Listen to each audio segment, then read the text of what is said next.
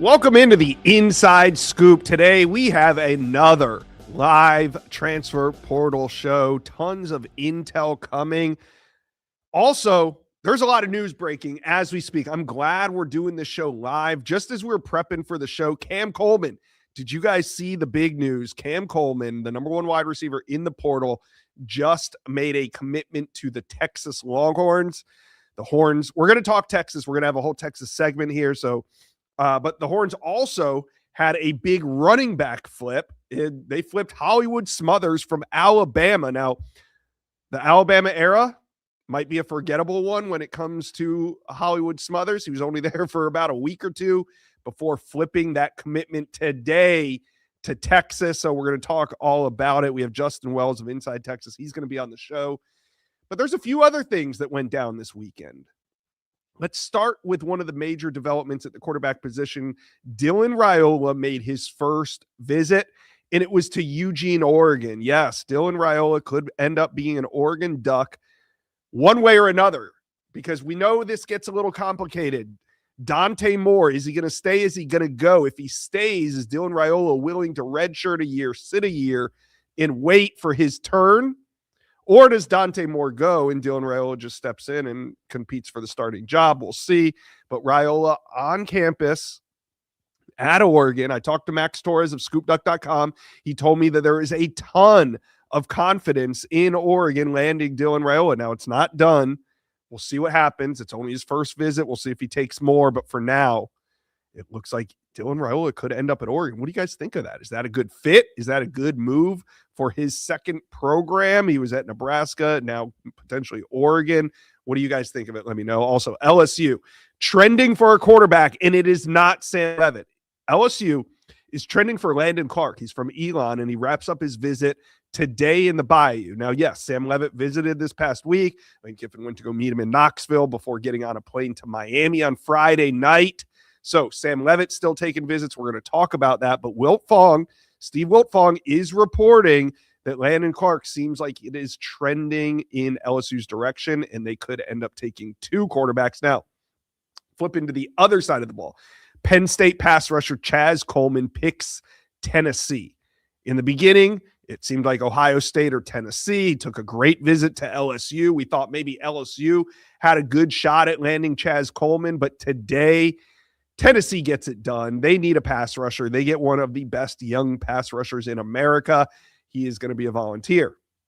Running back Cedric Baxter leaving Texas. At one point, Cedric Baxter was the number one running back in the state of Florida.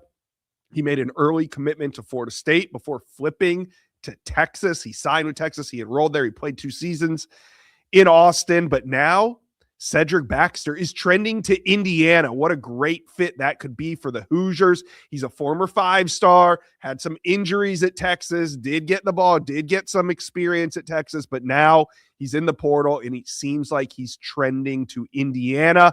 We're going to talk a whole lot of Texas on this program, but right before we get to Miami, I want to talk about another quarterback off the board, Deuce Knight.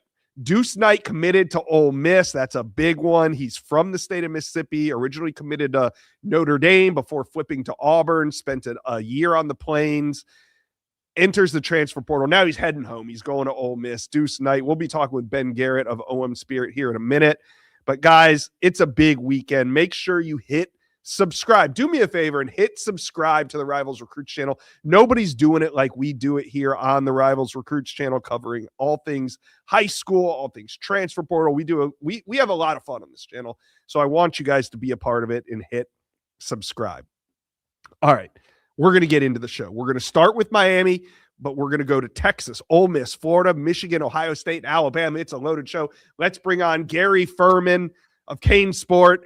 And Gary, you're celebrating, you're covering the transfer portal. There's so much going on right now in your market, in your world. Sam Leavitt, though, that's where we're going to start. There's so much to talk about, but Sam Leavitt, you hinted at this. We had you on the show on Wednesday, and you had mentioned, hey, Josh, they're going to get it done at quarterback. I wouldn't be surprised if somebody comes in this weekend.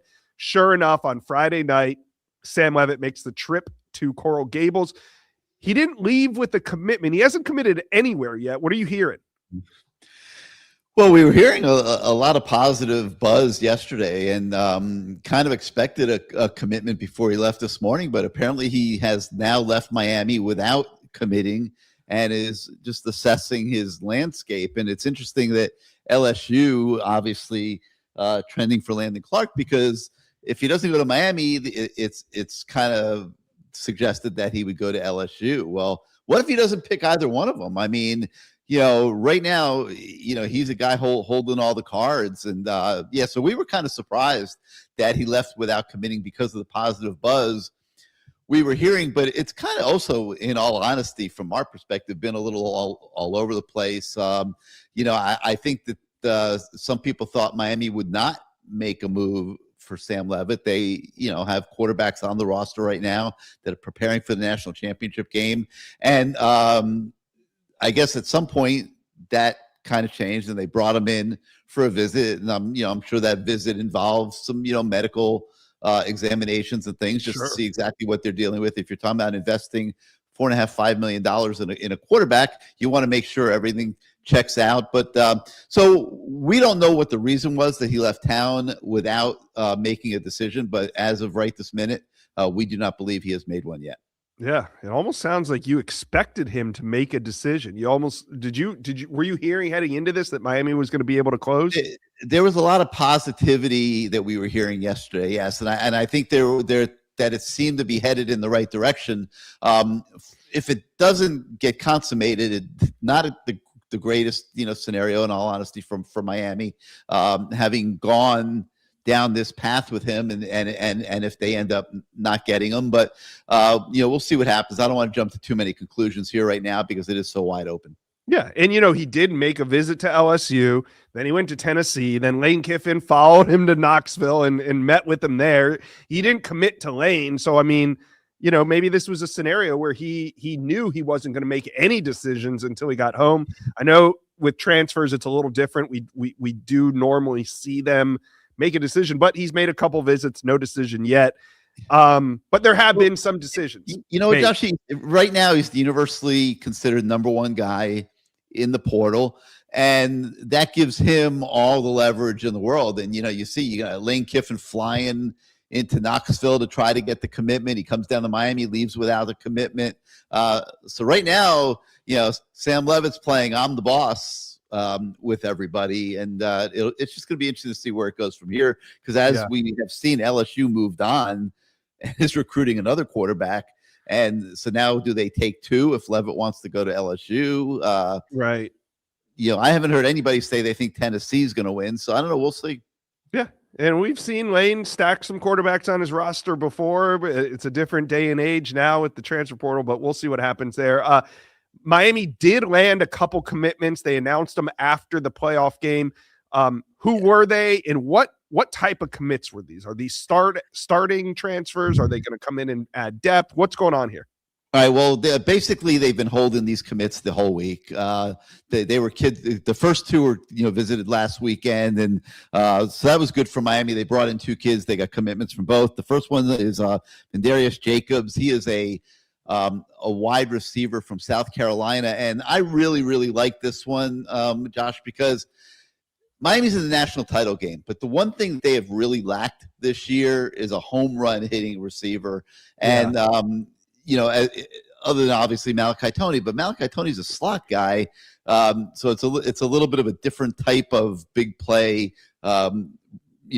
receiver playing out of the slot than playing on the outside. So Jacobs can really fly. He had several plays above 20 yards this year for South Carolina, a speed receiver that can go deep. And it's exactly what the doctor ordered from Miami, because they don't really have that on their roster right now, unless one of these true freshmen emerge, but they really don't. And so this was a perfect value pick, in my opinion, for the Hurricanes, and I really like it. Omar Thornton is a defensive back from Boston College.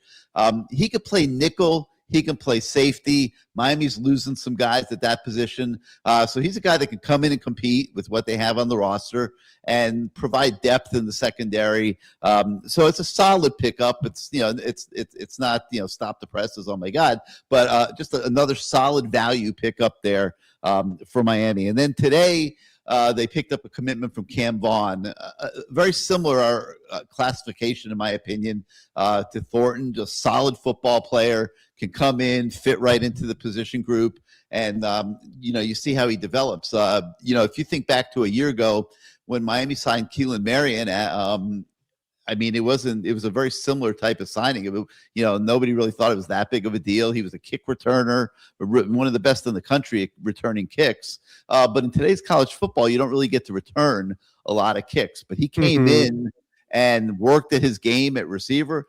Josh, you're sitting there playing Ole Miss the other night out in the desert, and who the heck is making the big catches on third down on the money drive that you got to have to go to the national championship game? It was Keelan Marion, the transfer wide receiver that a year ago nobody really thought too much about. So, look, you bring kids in that they're not all going to be, marquee signings in the transfer portal.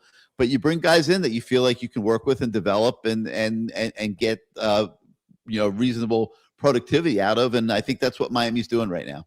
Yeah. So what do you think? And I do love the Vendravius Jacobs pickup. I mean, you kept saying he's South Carolina wide receiver, but he's from Fort Pierce, Florida. I mean, he originally, I believe, he signed with Florida State out of high school and then transferred to South Carolina after a season. Fort Pierce. Not really South Florida, right? Do I say East Coast?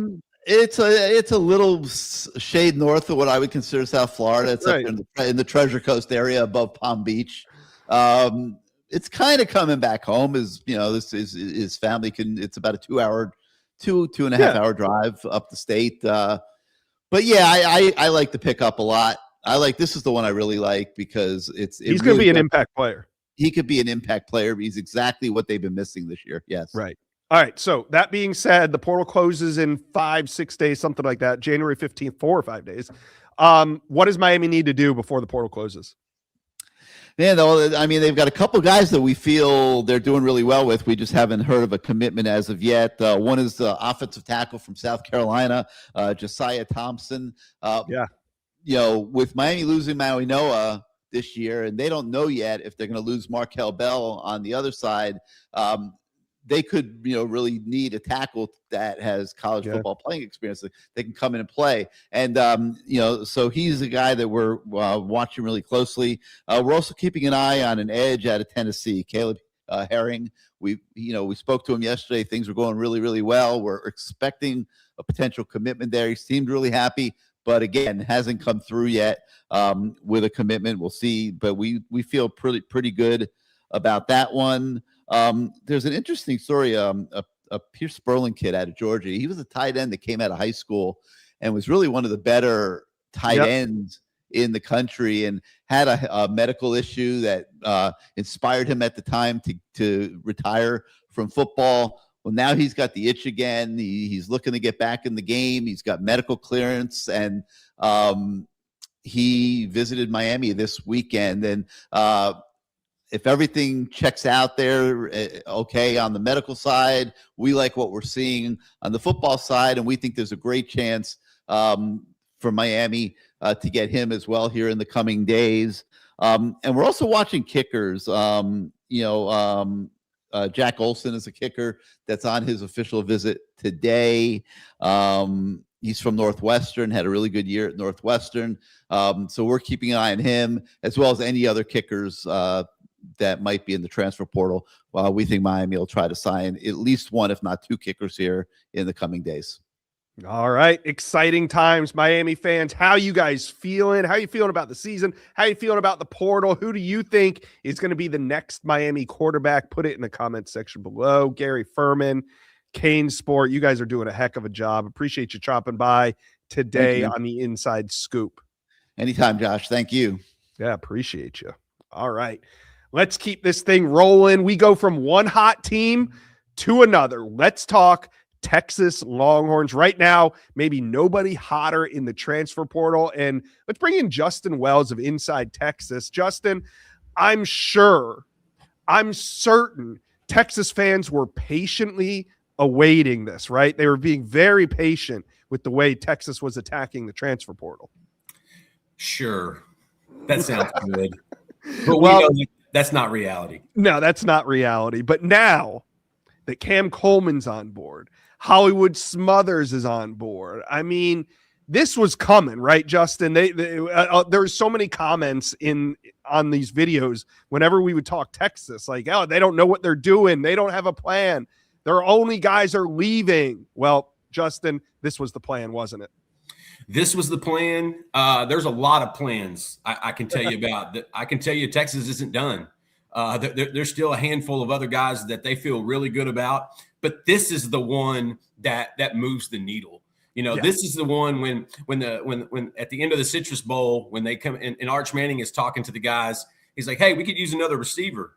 This is the guy they were talking about. This is the guy that they've had their eyes on for at least a good while, just like all the other programs. It's almost 6'4", almost 200 pounds. Cam Coleman is a future lottery pick in the NFL draft. Wow. Honestly, this is probably a 1-year deal. This is a come in, sure. get your numbers right, be Arch Manning's pet, and then take it to the NFL in 2027. And I think, there was a lot around this. Alabama looked really good a few days ago.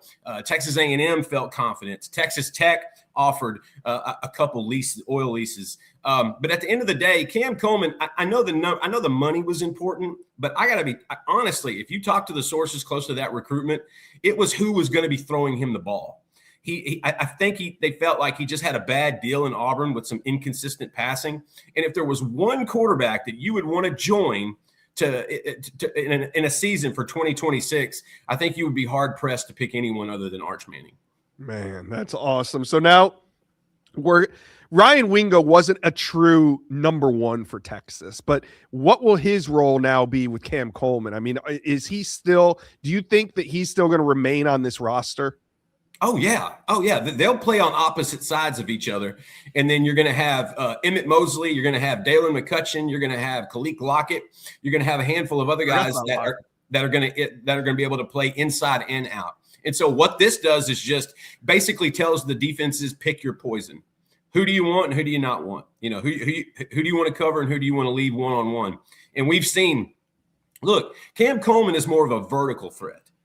Ryan Wingo is more of a horizontal threat who is building out his route tree. He's building, and he's, had some big plays down the field too, but they're two different weapons. And I think that's what's beautiful about what Sark is going to try to dial up this next season. It's pick your poison defense. Who do you want to take away? Because we're going to go in the other direction. And don't forget, they've got a really good young freshman tight end in Nick Townsend, who will be a sophomore next year. He's going to be a factor in the passing game. Emmett Mosley's still there. You still got Dalen McCutcheon. You still got Khalil Lockett. You got some dudes in that room that can catch the football. And so this just makes the offense that much more difficult to defend, because Ryan Wingo's not going anywhere right now, and they're going to play opposite on the same field. And, buddy, that's cooking with gas. Yeah, and I forgot about Khalil Lockett. I cannot wait to see what he's going to do in Austin now that Cam Coleman and Ryan Wingo are there. That is going to be a potent wide receiver room. Can't wait to see it. Now, let's talk about the other big addition today. Hollywood Smothers flipped from Alabama, one of the top backs in the portal, made that commitment to Alabama about 8-10 days ago now. Things were quiet. What happened? Texas didn't stop. They really, really liked Smothers. And this was before and after Malik Brown. They just really, really liked his production. They liked what he did at NC State. He had, I think, 4 or 5 games of over 120 yards. The only game Smothers didn't do really well was against Miami. And as we have seen, teams have had a hard time running against the U this year anyway. Yeah. And so this was a kid that, I think fans were looking for more of an inside guy. But listen, now I think the whole point of bringing in Smothers and Malik Brown was this running back room is better today than it was 6 months ago. 6 months ago, in the top of the room, you had C.J. Baxter, who we love, but just isn't the same yet. Hopefully he gets back to that, but he's just not the same. Right. Trey Wisner, the quintessential Texas Longhorn, kind of an ideal third down back, but had to take, running back 1 carries for the last couple of years because of injuries. You fast forward to today, that room is so much more stronger with Brown, with Hollywood Smothers, with Derek Cooper, with Jet Walker, with James Simon. Did you see what Christian Clark looked like in the Citrus Bowl? He had an explosiveness we didn't see earlier in the season. Michael Terry III is doing some stuff back there. Yeah. And so that room, I think what Sark's biggest plan is, and what fans kind of have to be patient with and understand, is they're upgrading every room on the roster. That's their whole ideal is to upgrade every room, every position room in there. They've done that at wide receiver. They've done that at running back today with Smothers. That room is so much better now than it was 6 months ago. That's only going to make this offense more potent. All right. Well, you mentioned it. You said Texas is not done. So before I let you go, who else is Texas zeroing in on right now? So there's about 3 or 4 that we're paying close attention to. Texas really likes Mikey Bennett, big offensive tackle out of Yale. Yeah. I don't think the guy had a penalty in his career. It's ridiculous how his numbers are. I believe I think he might be at Oregon or Indiana this weekend, maybe Indiana. They still have him in the mix. They love Wendell Gregory, the all Big 12 cat out of Oklahoma State, the edge. They want to add another edge. And listening to Gary Froman from Miami site earlier with you, it sounds like Caleb Herring may be trending towards Miami. That's a guy Texas really liked for one of the edge spots. And Good player. Wendell Gregory's one that we're kind of watching. Mikey Bennett's another one that we're watching. And then they've got some, funny enough, there's a handful of other guys that we're waiting that may appear in the portal. We're waiting for a playoff, not so much the rest of the playoff game, but we're also paying attention to, there could be some other guys that people haven't identified yet. There could be, yeah. Yeah, that could be in the mix. But the ones I mentioned before that they really feel good about in the most sense. And so another day, another portal. Another day, another portal. We're going to be talking a lot of Texas this week on this channel. You guys are killing it on Inside Texas. You fans, go check that out. Keep hitting update if you are a Longhorn fan. Great stuff there. Justin Wells, thanks for dropping by the Inside Scoop. Nobody brings it like the Inside Scoop. Appreciate you guys. Right. Thank you. And Texas, wow, they are turning it on. Those Texas fans knew they were right all along, right? They were being patient. They were being calm, being very level-headed about the transfer portal, I'm sure, right? All right. Now, we are going to a very special guest. He's in the middle of family lunch. We have Ben Garrett with OM Spirit. Yeah, we're talking Ole Miss because there is big quarterback news coming out of Oxford right now. Do we have Ben Garrett? There he is, looking good. Ben, how you doing? Hey, bro, I can't even hear you right now. I don't know what you're saying, but I will say thank you for having me. And Ole Miss is rolling right now. A big commitment today from Deuce Knight. A big commitment from Brady Priestcorn as well, Caden Priestcorn's little brother at tight end. Ole Miss really defensively, or in the transfer portal, has been heavy defense for obvious reasons. Pete Golding and his staff, for them, last year that they were put at a little bit of disadvantage. They started out at, with Sage Ryan and a handful of other guys that they got, but really they were hamstrung by the fact that Lane doubled up on offense compared to more limited resources for defense. They're really course correcting there is what you're seeing, bro. And that's the biggest takeaway so far for me for what Ole Miss has done in the portal. You see Jay Crawford there on your screen. You see Jonell Aguero from Georgia, Edwin Joseph, a transfer safety from Florida State. All good players that Ole Miss really needed on the back end. That's where they really wanted to solidify. And for me, today getting Deuce Knight and Brady Priestcorn, you're starting to see them kind of finish out the remaining needs that they have. Because offensively, you know what the quarterback situation is. Trinidad Chambliss got denied his waiver by the NCAA. Mm-hmm. So that they were already going to be in the transfer quarterback market now, even more so because of that waiver decision. And they'll continue to use all avenues in which to try to turn that decision from the NCAA and instead get a ruling in their favor. They'll even use the courts through Tom Mars. But for them, Deuce Knight provides not just insurance, but real upside for the future. I was talking to Hugh Freeze, a former Auburn head coach, on our pregame show on the Ole Miss Spirit, OleMissSpirit.com, before the Fiesta Bowl. And I asked him specifically about Jay Crawford and Deuce. And Jay, for him, he said he'd be shocked if he didn't step in and start and make an immediate impact for Ole Miss in the secondary. They're already returning Antonio Kite, who was a breakout starter for them at cornerback this year, as well as Jalen Braxton, who really started to look more like himself, a freshman All-American at Arkansas in 2023 toward the end of the year. But now you put Jay Crawford in that room. Sharif Denson from Florida in that room. We've already talked about Aguero and Edwin Joseph. Man, they've really secured and shored up their biggest problem area, which was the defensive secondary. But the quarterback piece is the most notable today because of what's going on with Trinidad. Will he get his waiver? I mean, he didn't get his waiver, but will he be successful on appeal? Probably not. If Trinidad Chambliss is almost his quarterback next year, it's going to have to come through the courts. And I think Tom Mars is ready to go from the court piece to get him, playing the quarterback for Ole Miss for one more year. But Deuce Knight is such a big get, and they have a lot of confidence in him. And I think the most impressive thing, as I try to filibuster because I couldn't hear my guy to start this thing, is that the retention efforts of Pete Golding and this entire staff have been the most impressive thing. Yeah. No guy that they've lost has been a surprise. They've been among the fewest. They've had the fewest amount of transfers out in the SEC. Delano Townsend, an offensive lineman who started for Ole Miss all but 2 games last year, he is in the portal today. That is not a surprise.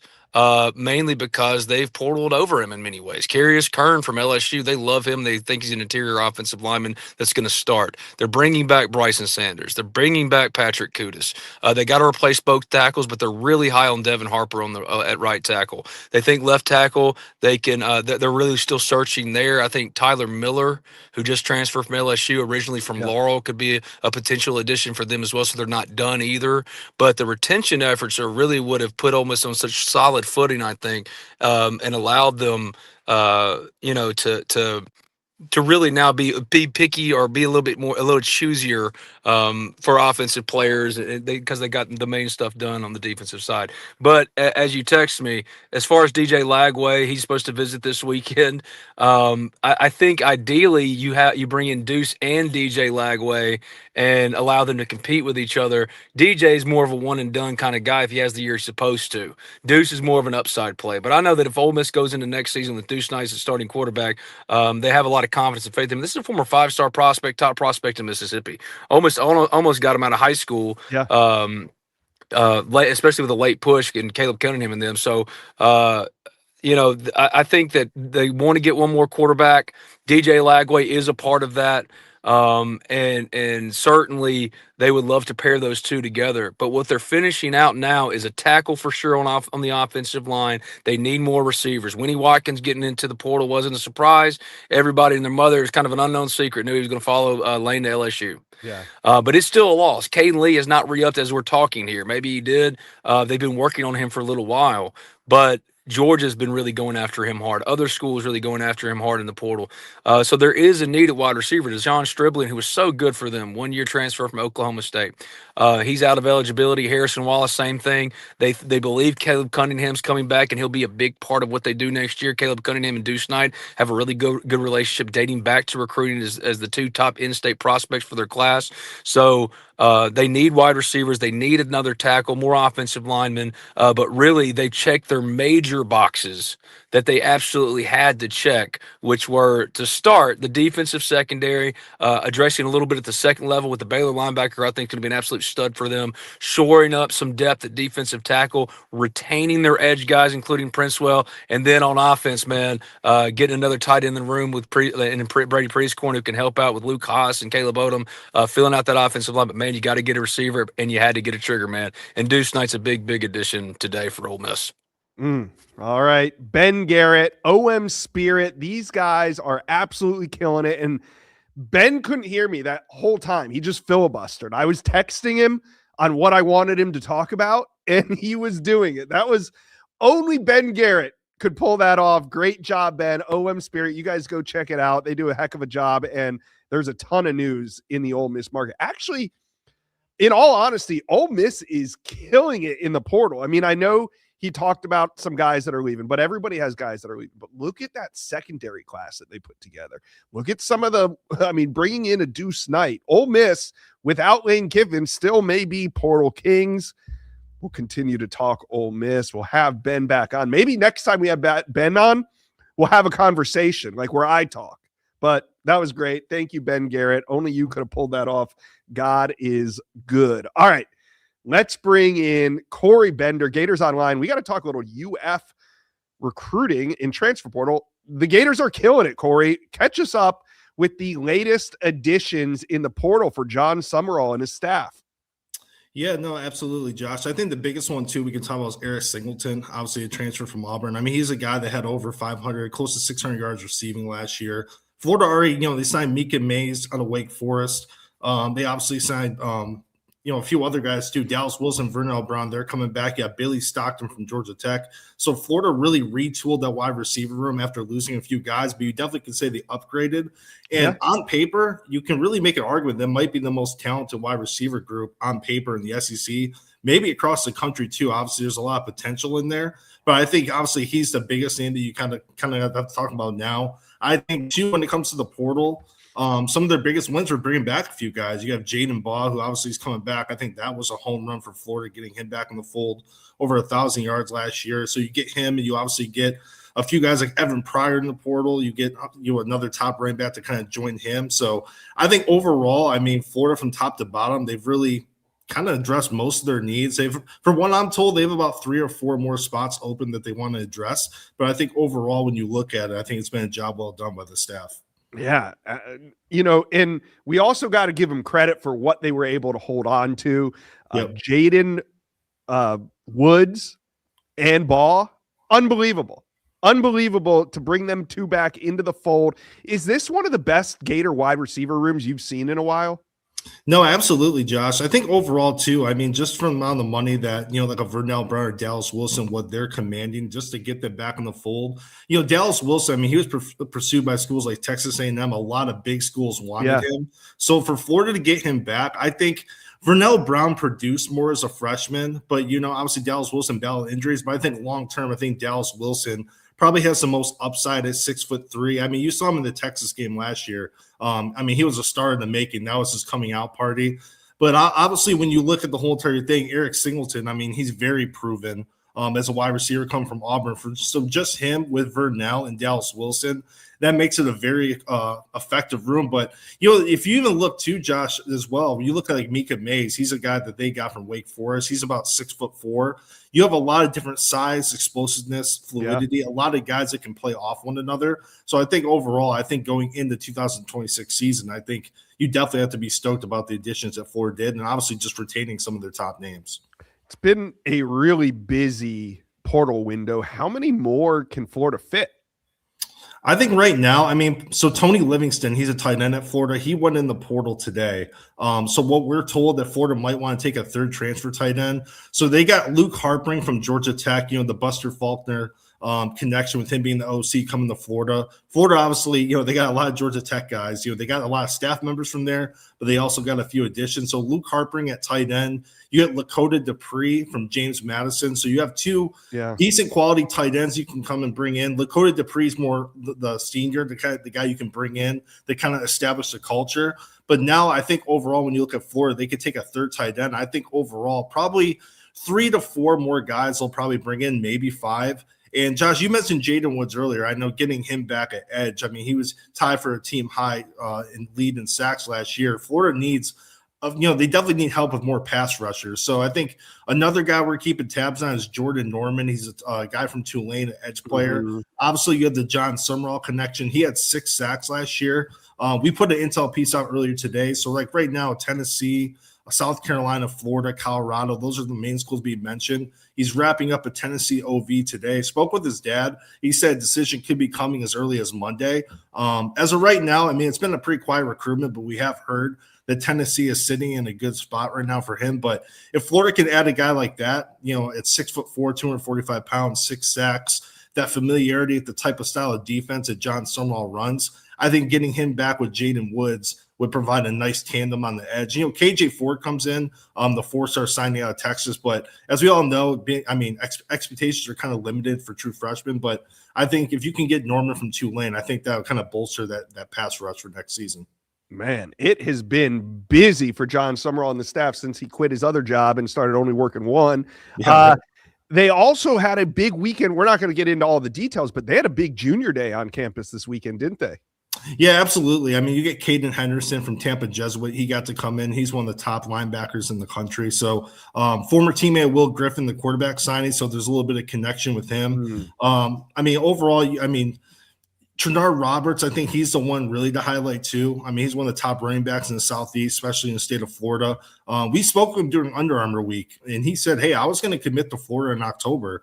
I was going to be a Gator, but until the coaching changes took place.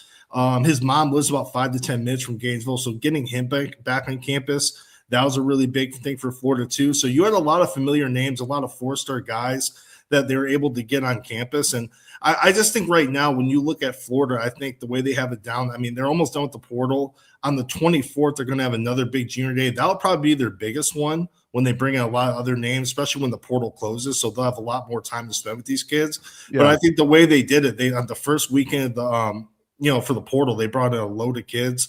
Then this weekend, they sprinkled in a few juniors. And then once this gets done on the 24th, that's going to be another one. And I mean, Phil Troutwine, the new offensive line coach at Florida. I mean, we keep saying Trout season over at Gators Online. I mean, overall, he's getting a lot of big name 5-star guys on campus. And, he was even on the road doing some in-home visits during this week while the portal is going on. So I think a lot of Florida fans compared to previous years are definitely stoked about recruiting again and kind of see just the mood has changed in Gainesville. Yeah. I always say anyone can be an off-season all-star. I always going to say that. So it all depends on can you win in the fall. But I think as of right now, the blueprint's in place for them to have a strong offseason, and hopefully that momentum carries into the fall. Yeah, that's great. I mean, during a coaching change, and I know there's been a churn in Gainesville over the last 12, 15 years, but you hope to see that excitement return when there is a coaching change. And it seems like recruits are giving this Florida Gator coaching staff the benefit of the doubt. Now, of course, we've seen what happens when, a Billy Napier goes out and doesn't do what he needs to do on the field. That can fade. But for now, it seems like we're in this honeymoon period for Florida Gator recruiting right now. Yeah, and I think too with the portal, I think overall when you look at top to bottom, I mean, they were able to get some big wins over probably in previous years. They might have finished second or third in.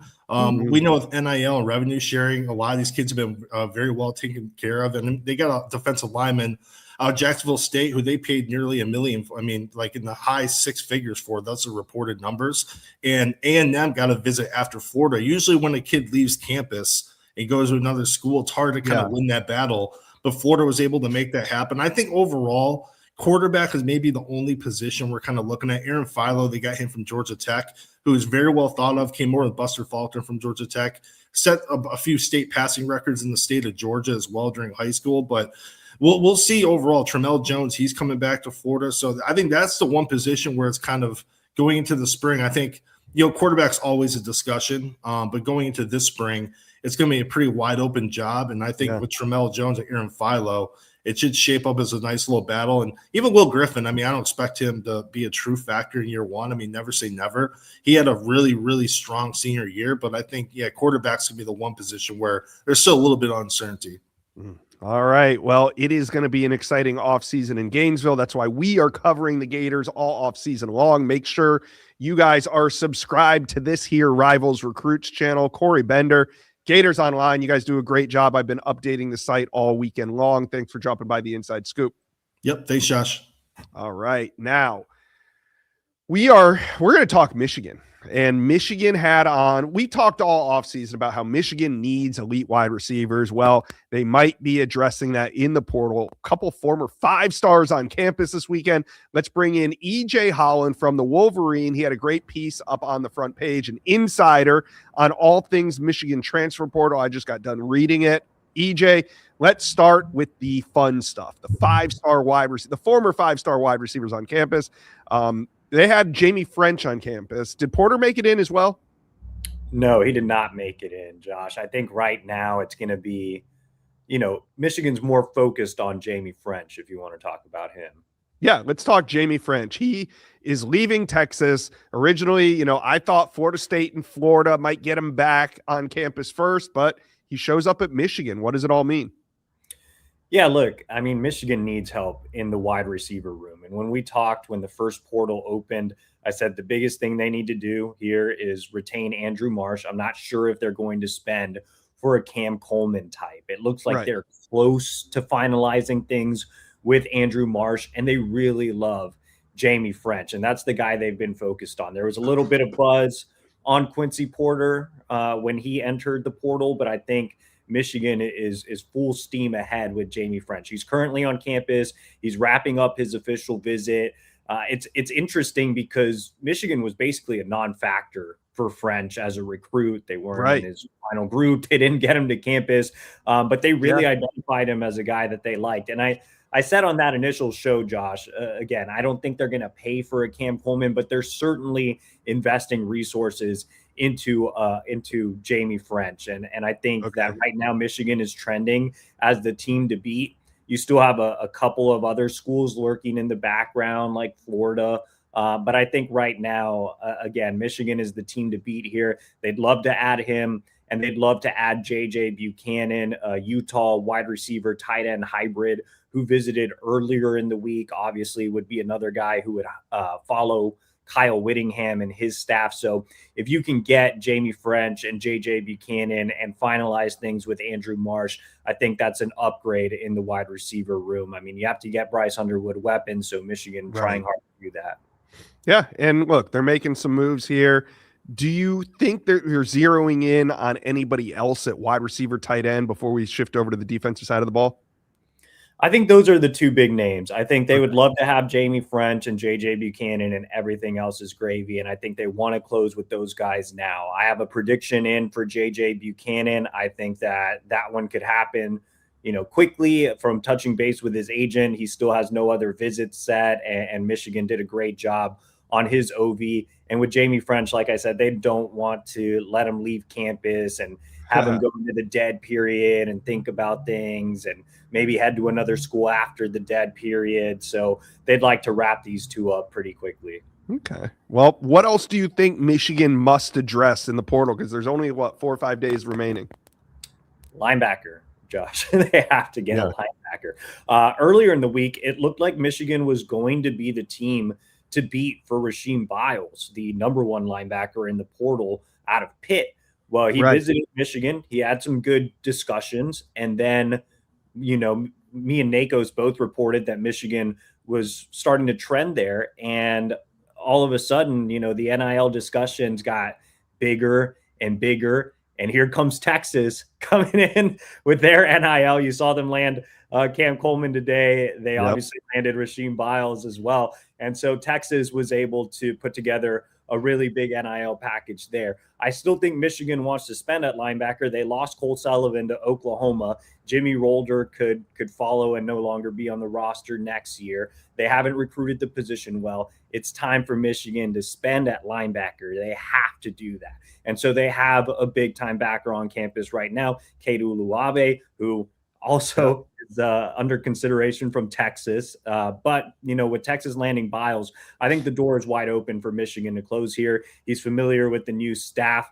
He was very productive last year, 100 tackles. He would be right on par, if not even better than Cole Sullivan. So he's another one as we get into the dead period Monday. Dead period runs Monday through Wednesday. He's another one that Michigan wants to close now before we get into that period. All right. Well, do you expect some more fireworks this weekend? When are we going to start seeing more commitments for Michigan? I think so. I think all of those guys are potentially on commit watch. Like I said, I've repeatedly said they don't want to let these guys go into the dead period and let these recruitments continue. So they'd love to close with Jamie French, J.J. Buchanan, again, continuing to hear that a decision could come soon. Kate Uluave, they want to get him on board now. Those are the guys. There's still a few other remaining needs, but when you're talking about commitments, I think those are the guys that could come relatively soon. All right. A lot of good Michigan intel up on the Wolverine.com. EJ Holland, thanks for dropping by the Inside Scoop. Appreciate it, Josh. So Michigan fans, talk to me. Do you feel like the Wolverines, they're not casting a wide net here, right? They're targeting a very specific group of players, a smaller group, but do you think it's enough? Talk to me. It sounds like, addressing the wide receiver tight end room is the most important, and that's where they're at right now. So how you guys feeling? Let me know. Comment section below. So if we're talking Michigan, it's only natural that we talk Ohio State next. Let's bring in Mick Walker with Letterman Row. And Ohio State, a little slow off the jump, but they really get it going. Let's bring in Mick here. Do we have Mick? We dropped Mick. Let me tell him to jump back on. So Ohio State getting it going. They add a major piece to that secondary. Earl Little Jr., a very versatile safety, almost played linebacker for Florida State last year, but they are bringing him in and likely to start because Earl Little Jr. originally was going to leave Florida State, but not for Ohio State. Earl Little Jr. announced, I believe he even put out a graphic and everything, that he was going to go to the NFL. Now, of course, in the times that we're in, announcements, commitments, they all mean very little, but Earl Little Jr. commits today, not to the NFL, but to Ohio State. It's a huge addition, likely a starter there at Ohio State. Now we got Mick Walker from Letterman Row. Mick, what do you make of the addition of Earl Little Jr.? I think it's a way to mitigate the loss of Caleb Downs. You're never going to fully replicate Caleb Downs. He's one of the best. Yeah.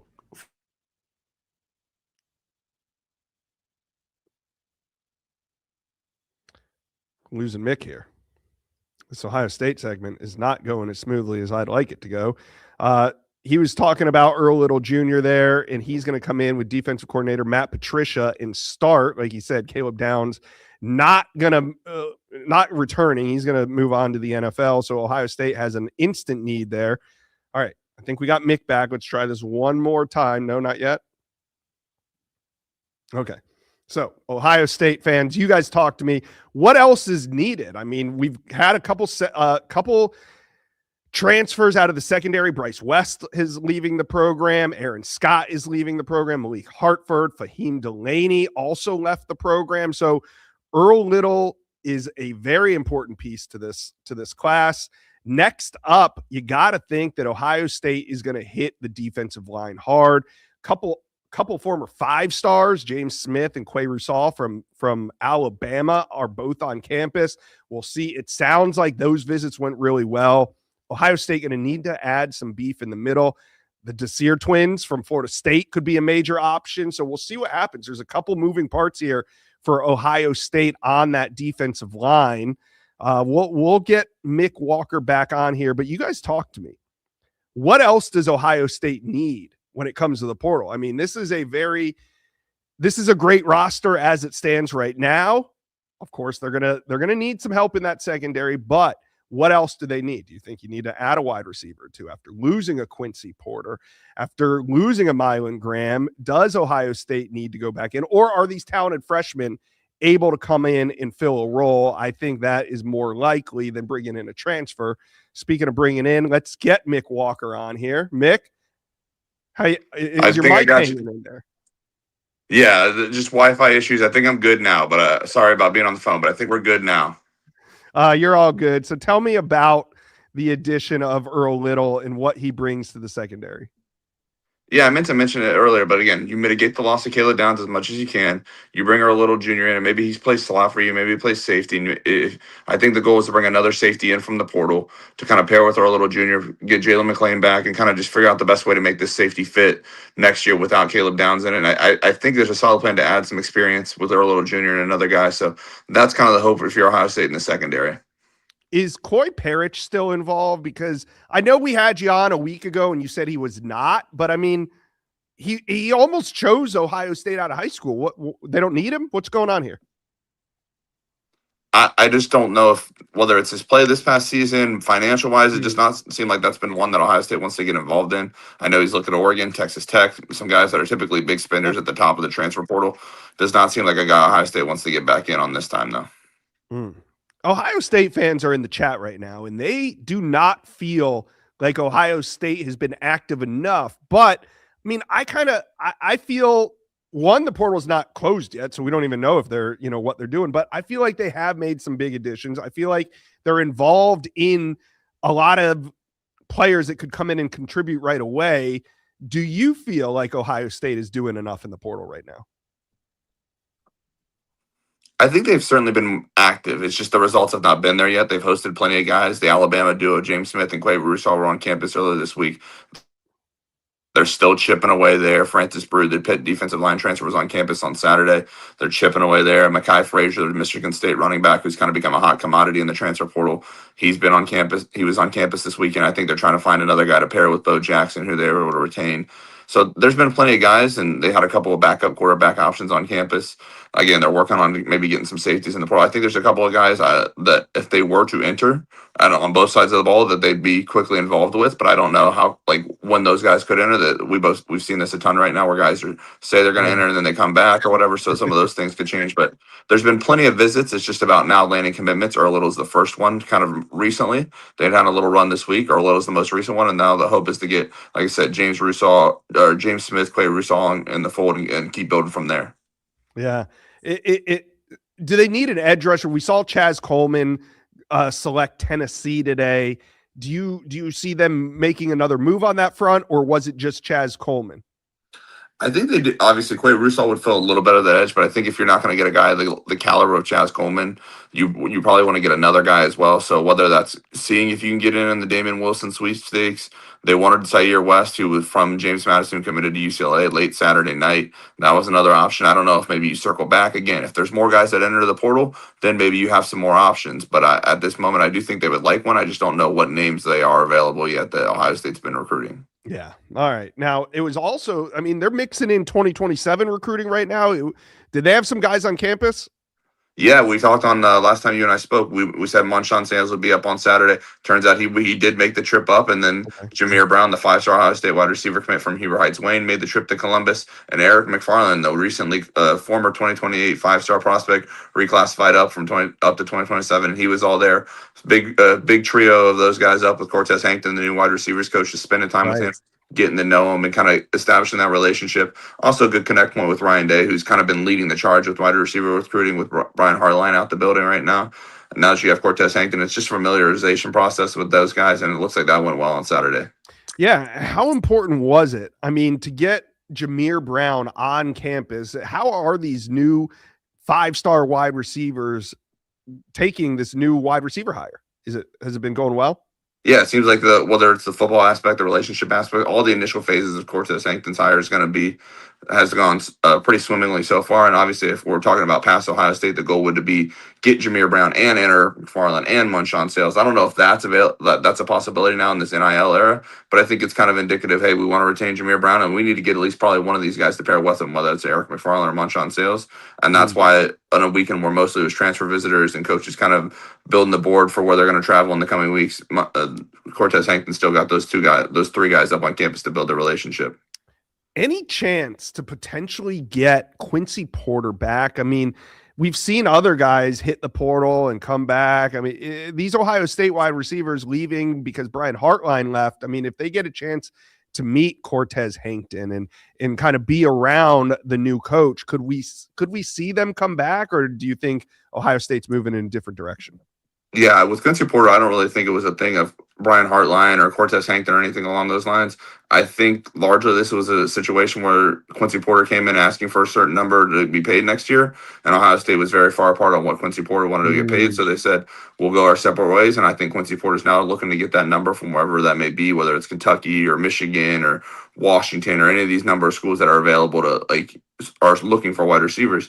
That kind of seems to be his goal, and I don't really see an opportunity or a window for him to come back at this point. Yeah, and one of the more interesting, I don't know if interesting is the right word, but in the secondary, why are we seeing guys that could potentially start at Ohio State hitting the portal? Is it a money thing? Is it a playing opportunity? What's going on here?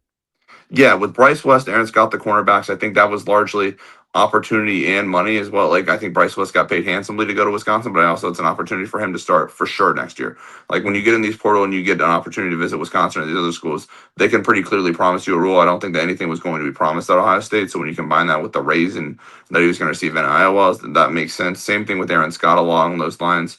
I think he probably had a more clearer path to playing time, but maybe you can enter, you get a secure spot, and you get some more guarantees with NIL. And then Fahim Delane, the most recent entrant that went in on Saturday, I think that was the case of, like we said, the plan was kind of communicated to him. We want to bring in 2 safeties with our little junior and another safety. And I don't know if Fahim just completely disagreed or what his goal was, but I think that's kind of largely the thing is he did not like the plan of bringing in 2 more safeties to the room. Okay, so that makes sense. What do you think Ohio State, because Ohio State fans in the chat, they're not being very patient with the Buckeyes right now in the portal. What do you think they must accomplish between now and when the portal closes in 4 or 5 days? Yeah, you want to get a running back. You want to get maybe another wide receiver. I think they're entertaining another tight end, especially if Max Clare does declare for the NFL draft. O-line doesn't seem to be a priority position for him, and then D-line, I think you could see anywhere from 2 to maybe 4 to 5 total names. So 2 to 5 total names coming into that room just because they want to add depth and add talent into it. Linebacker, I think they're set. And then again, in the secondary, I think they want corners. There's been no real names appear, but I think there's a pretty clear safety target that they're working on and just trying to figure out what the next step is. So when it comes to high school recruit, how are they balancing this? Did they have was this a junior day? Did they just have some guys on campus? What did they call this weekend? I think it was primarily just the Cortez Hankton weekend to get his top targets up on campus to familiarize themselves with their families and the prospects in Cortez Hankton. That was really the goal of it. I don't know about 2027s. I don't know whether they're going to do a junior day. Ohio State's typically waited for the spring practices to start so you can get in the meetings, you can get on the board with the coaches and kind of have that experience. So I think that's more their goal. But again, this coming weekend or in the weekends before we turn to February, I think we could see people get up on campus, but nothing's really come together yet. All right. Well, we appreciate you coming by the Inside Scoop today. I know you guys have been busy. Go check out lettermanrow.com. They do a phenomenal job of updating all things transfer portal, recruiting, team, you name it. They got it when it comes to Ohio State. Mick Walker, appreciate you coming by the Inside Scoop. Thanks, Josh. All right. Now we are going to talk Alabama here in a minute, maybe. Bama fans, talk to me. How are you guys feeling? It's been a wild ride for Alabama fans. They had Cam Coleman on campus earlier this weekend. They had a commitment from Hollywood Smothers, who recently just flipped. He flipped his commitment to Texas about an hour ago. That was a big one, but Texas is on a run right now. Can't really fault anybody. They are racking up talent. Cam Coleman commits this afternoon. Hollywood Smothers right after him in Texas. We did a Texas segment. They're on a warpath right now. So we will talk more about that. You know what? We're going to save Alabama for later this week. We appreciate you guys dropping by. It's been a blast. You guys are having fun in the chat. Some of you are patient, some of you not so much. Let me know, though. How do you guys feel about your team? Have they done enough? What's been the biggest move that your team has made, and what's left? We got a couple days more of this transfer portal. It's going to be fun. Tomorrow, we're going to talk with Steve Wiltfong and Pete Nakos. We'll cover some other teams that we did not hit on today. And the rest of the week, who knows what we're going to do? There could be some live commitments. You guys just make sure you are subscribed to this here channel. We're talking transfer portal. We're talking recruiting. We're doing it all off season long. We appreciate you guys for stopping by today on the Inside Scoop.